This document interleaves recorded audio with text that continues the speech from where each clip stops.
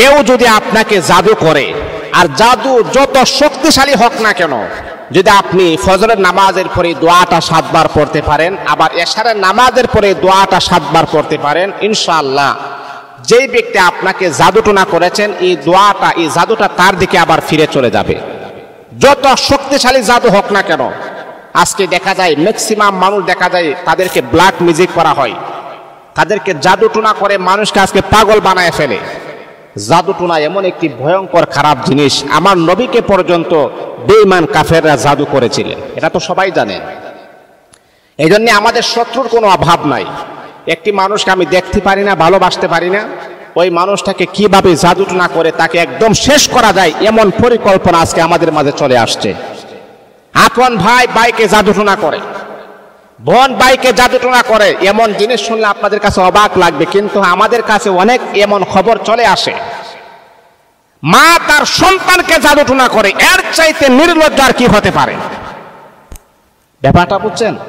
এই জন্য শত্রু তো আসলে দূরে না, শত্রু তো আমাদের কাছেই আছে।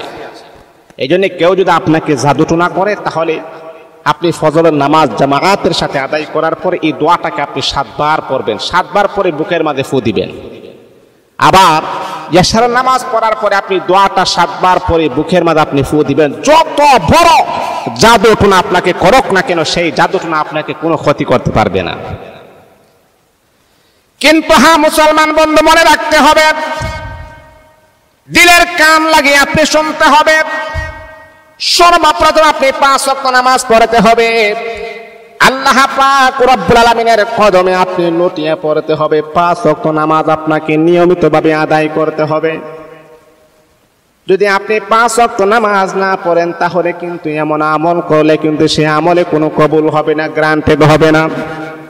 আল্লাহ পাক রব্বুল আলামিনের কাছে আপনি মাথা নত করতে হবে। এমন যদি হয়ে যায়, কোনো মানুষ যদি আপনাকে নষ্ট করার পায়, তারা চলতেছে নষ্ট করবে, তাহলে এই দোয়াটা আপনি পড়েন। এই দোয়ার বদলতে আল্লাহ পাক রব্বুল আলামিন যত বড় জাদু করুক না কেন, আমার আল্লাহ কুদরতি ভাবে আপনাকে হেফাজতের জিম্মাদারি গ্রহণ করবে।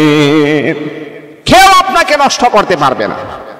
চমৎকার একটি দোয়া, আমি যেটা বলতেছি মনোযোগ দিয়ে শুনুন। দোয়াটি হচ্ছে বিসমিল্লাহি আযকিকা মিন কুল্লি শাইইন ইউযিকা।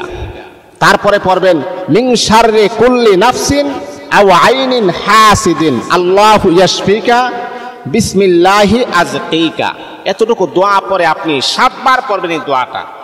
আমি আবারও বলছি, বিসমিল্লাহি আযকিকা মিন কুল্লি শাইইন ইউযিকা মিন শাররি কুল্লি নাফসিন আও আইনিন হাসিদিন আল্লাহু ইয়াশফিকা বিসমিল্লাহি আযকিকা। এই দোয়াটা 7 বার পরে আপনি বুকের মাঝে ফু দিবেন।